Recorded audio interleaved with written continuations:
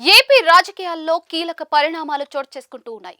YCP లక్ష్యంగా కూటమి పార్టీలు కొత్త వ్యూహాలు ఫిక్స్ చేస్తూ ఉన్నాయి. ఇందుకు కౌంటర్ గా మాజీ సీఎం జగన్మోహన్ రెడ్డి కొత్త ప్రణాళికతో ప్రభుత్వాన్ని టార్గెట్ చేసేందుకు సిద్ధమవుతూ ఉన్నారు. అందులో భాగంగా తాజాగా కీలక నిర్ణయం తీసుకున్నారు. రాయలసీమ కేంద్రంగా భారీ స్కెచ్ సిద్ధం చేస్తూ ఉన్నారు. అమలు ముహూర్తం కూడా ఖరారు చేశారు. ఈ నిర్ణయం ద్వారా ప్రభుత్వాన్ని టార్గెట్ చేయాలనేదే వైసీపీ లక్ష్యంగా కనిపిస్తోంది. వైసీపీ ప్రభుత్వాన్ని లక్ష్యంగా చేసుకుని మరో కార్యక్రమానికి సిద్ధమైంది. రాయలసీమ ఎత్తిపోతల పథకాన్ని అడ్డుకునేలా కూటమి ప్రభుత్వం చేస్తున్న కుట్రలను నిరసిస్తూ ఫిబ్రవరి 5వ తేదీన పోతిరెడ్డిపాడు హెడ్ రెగ్యులేటర్ వద్ద భారీ ధర్నా, బహిరంగ సభ నిర్వహించాలని నిర్ణయించారు.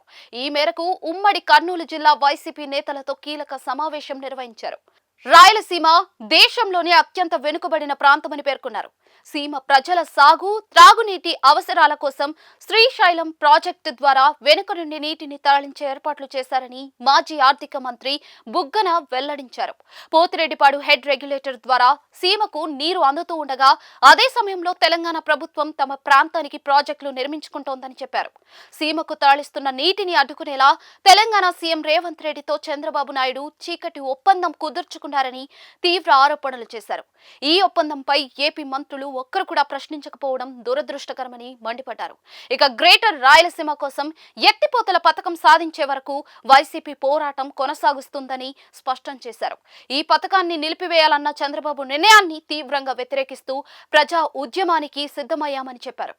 రాష్ట్రంలో కూటమి ప్రభుత్వం ఉద్యోగులకు సమయానికి జీతాలు ఇవ్వడంలో విఫలమవుతోందని, ఇచ్చిన హామీలను అమలు చేయకుండా ప్రజలను మోసం చేస్తోందని బుగ్గన విమర్శించారు.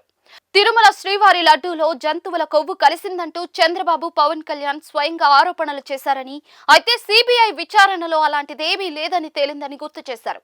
ఈ తప్పుడు ఆరోపణలతో శ్రీవారి భక్తుల మనోభావాలను దెబ్బతీశారని తీవ్రంగా తప్పుబట్టారు.